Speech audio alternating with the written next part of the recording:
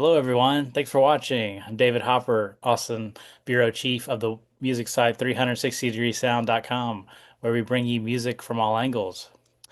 This year, we brought you coverage once again of the South by Southwest Festival and Conference in Austin, Texas. We're here to discuss today two other interesting documentaries. We Are the Shaggs and Summer 2000, the X-Cetra story. And I'll just briefly tell you what those are about. We Are the Shaggs. You may have heard or may be familiar with their legendary album, The Philosophy of the World, but they were three sisters from rural New Hampshire who formed a band in the late 60s, but it wasn't by choice. Their dad pushed them into that, and they really didn't have any musical abilities. But their father, Austin, was inspired by a prophecy, and he became convinced that his girls would become rock stars. And then we'll also discuss Summer 2000, the X-Cetra story, which in the summer of 2000, four preteen girls formed a band called X-Cetra, and they burned the album onto some CDRs. Um, but the crazy thing is, 20 years later, someone uploaded it online, and so in 2020, around the time of the pandemic, and it kind of garnered this fan base of people into outsider music and outsider art. And it was even discovered by record labels and sampled by mainstream artists and became the subject of a Rolling Stone article. So this catches up with the girls, 20 plus years later. We have our editor in chief, Chris Bisha. He's joining us. Also, Alex Beene, longtime contributor, and also a longtime contributor, Phil Childers. So we'll start with We Are the Shaggs. Phil, since you wrote the review for our site, wonder if you could start with that and tell us your thoughts on We Are the Shaggs. I very much enjoyed the documentary. I was familiar with the music, but I did not know anything really about the story. And so the story to me just was incredibly interesting. It's just so out of the world that you say, what is this? What this can't be something that you're serious about. Hey, this is really cool. This is really interesting. And when I watching the film, putting all of that together and just kind of giving the human background of what these women went through when they were girls, I just found to be incredibly interesting, and all based on a prophecy. My take in general, again, I very much enjoyed it. The details behind it, again, a little bit long in some areas, but understanding, what these, again, women went through, and just the process, I found it inspiring, especially right now where anyone can do anything if they want to with the tools that we actually have available right now. And kind of similar, we'll get into that with the summer 2000 as well, but there is this kind of theme that goes along with these two films, that is, get out there and do something. I thought it was interesting that it was Austin's mother who had this vision that he would marry a blonde woman and have three golden-haired daughters who would become famous in the music industry. And then, he just sort of set about to make it so, as Jean-Luc Picard might say. And yeah, they were homeschooling the girls so they could practice and do calisthenics. It's pretty much what they did. And the interesting thing to me is that, you know, from what I picked up in the film, they hadn't really heard Western pop music, not much of it. They hadn't really heard, like a lot of us who, look to form a band, we've sucked in like all this music from the past and the present and all that, and we want to sound like these guys or that, and even in the film, like Kurt Cobain was a fan, and their record Philosophy of the World was on his list of bands that he wanted Nirvana to sound like. So the Shaggs didn't have any of that. So they just made music that the three of them thought sounded good.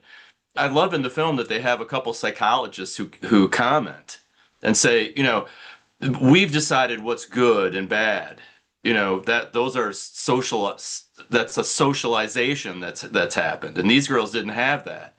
So when they go into the studio, the guy says, "Oh, all these instruments are out of tune," so he tunes them and then hands them back to the girls, and like they have no idea. They're like, "This doesn't sound like us. There's something wrong." And he lets them detune the instruments again, and everything's fine.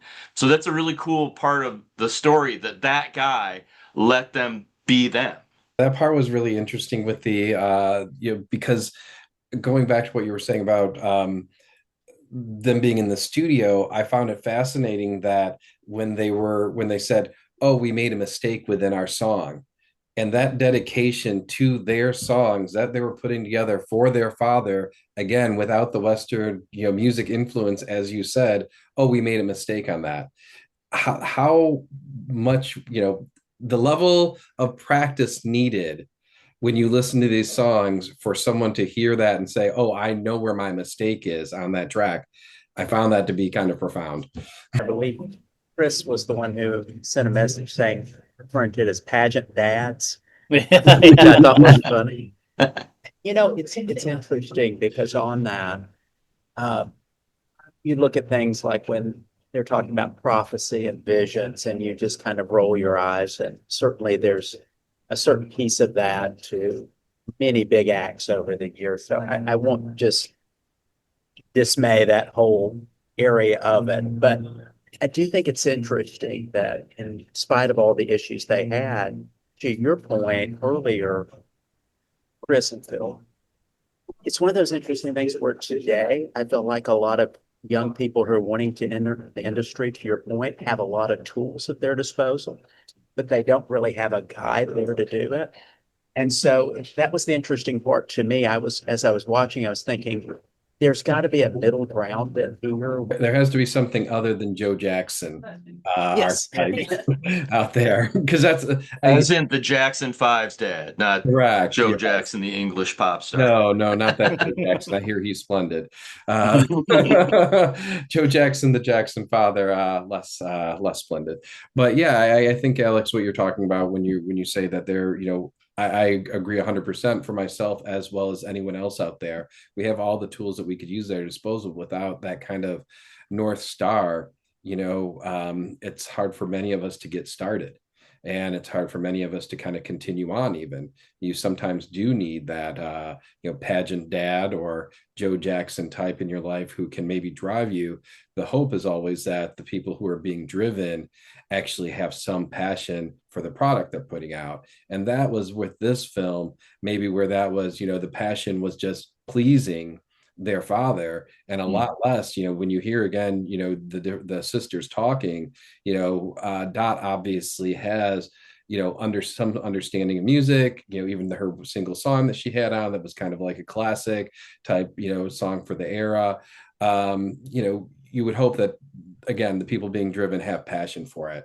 And this story, there is a lack of passion for their music, but there isn't a lack of passion for producing it and putting it out, and the output and the practice and just the diligence in general that they need to have to actually put these songs together, while their father is just, again, working off this prophecy. And It's cool. Like the beginning of the film, sort of reminded me of this like reaction videos where they'll play like a song for a kid who's never heard Queen or something like that. And so there's all these people on headphones listening to the Shaggs and responding, and the range of responses was fascinating. Like this one woman was like, "It's not pleasing to me. It's making me feel kind of anxious." And another yeah, woman's like, "Is it music?" You know? So what they did really was create their own musical language, right? And that's one of the fascinating parts of the film for me is there's a tribute band that's featured in the film, a Shaggs tribute band with a guy named Jesse Krakow and a few musicians. And so them trying to decipher this language that the Shaggs created is fascinating. And then the other thing that's cool is that the one guy arranged a few songs for a violin duet. So there's these two violin players, concert violinists, accomplished violinists playing this interpretation of the Shaggs music on two violins, and it's fascinating to listen to. yeah. And speaking of the comparisons, when they juxtapose "Smells Like Teen Spirit" along with the Shag song, that I thought was incredibly interesting. And they go on to talk about Frank Zappa, and much like Kurt Cobain, Frank Zappa also, it was in his top 10 bands or albums or what have you. Austin let them do what they wanted to do, but they had to do it day in and day out. So Let's go to the next film, which is Summer 2000, the X-Cetra story. Uh, Alex Beene is wrote our a review of the film, which you can find on our site, 360degreesound.com. Alex, wonder if you want to start by telling us your impressions of Summer 2000. So to get this off the bat, I felt the need to give it a positive review. I think it is a solid documentary. I do think I would be remiss if I didn't say that you could have shortened it to a 30-minute YouTube documentary and it would have been a tad more compelling. I think that's why it worked as a Rolling Stone piece, right? It's just a really fascinating story. Uh, to set the mood for people, I remember growing up because I was what, David, we would have been around 12, 13 at the time. I remember my younger cousin, her and her friend from school, me and my older cousin used to make fun of them because they wanted to start a girl band. That was how infectious it was in the late 90s. And people don't realize with like the Spice Girls back then, just looking at some of the numbers from this, which they were the main influence for Etc., 100 million albums sold in just the late 90s. And Spice World was compared to A Hard Day's Night, which tells you, boy, we were on a different blend back then, weren't we? But it's just I thought that this film works in the fact that the first 15 minutes really latches you in because I think it plays out a fantasy that any of us would love to have. You and your friends make music. You do it and it just languishes there on a CDR and it's to be forgotten. Then you turn around, somebody uploads it 20 years later, and all of a sudden it gets a cult following and Rolling Stone's calling you and you have a vinyl come out. Um, I think it's really interesting work. I think it can also play to, uh, I don't know, a crudely way of saying cashing in on the fat, which is it feels as if that's kind of where the documentary is. It's trying to capture this. And at times you kind of feel like the band later in it, where you're like, wait, why are we here? Let's just enjoy the vinyl we put out. Let's enjoy the fact that people are actually listening to something we did. I think one of the problems with this, and I didn't really care for it that much. Maybe it was the length of it, Alex, that it did seem to go on a little bit. I think one of the problems is that it was directed by Aiden Masseri, who's one of the four girls. So it makes it really feel like a vanity project. Yes, the core story is very interesting and compelling. The fact that, this music, was discovered 20 years later.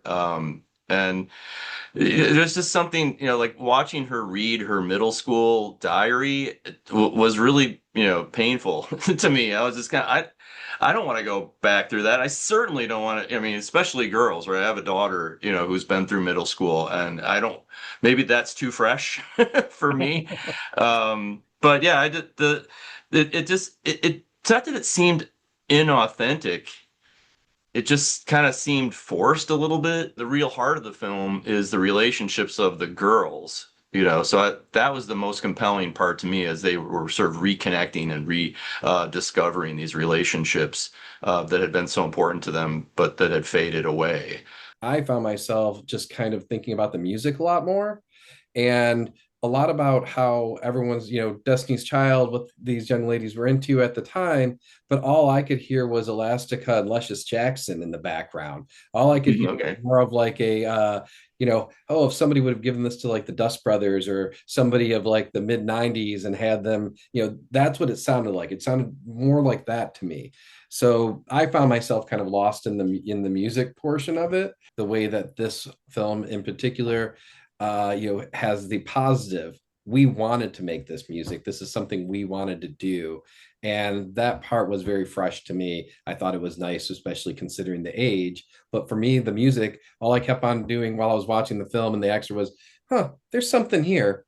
I just am not hearing Spice Girls, Destiny's Child, and some of these other things. I'm hearing more of my own personal influence because of the lo-fi Mhm. sound that they had. And that's probably the reason why it kind of got this cult following and a label like I think it was Numero Group, which is a Yeah. pretty, I mean, for lack of a better word, hip, label that's all about reissuing, obscure music. I find myself as a big music fan, wanting to hear more about that.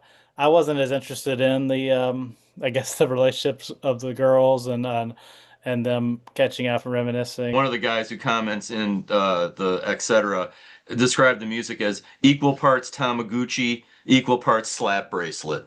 Yeah. I love that. I love that. That was And great. I will say this, one thing that I did like as we were transferring them to adults, which is like 30 minutes in.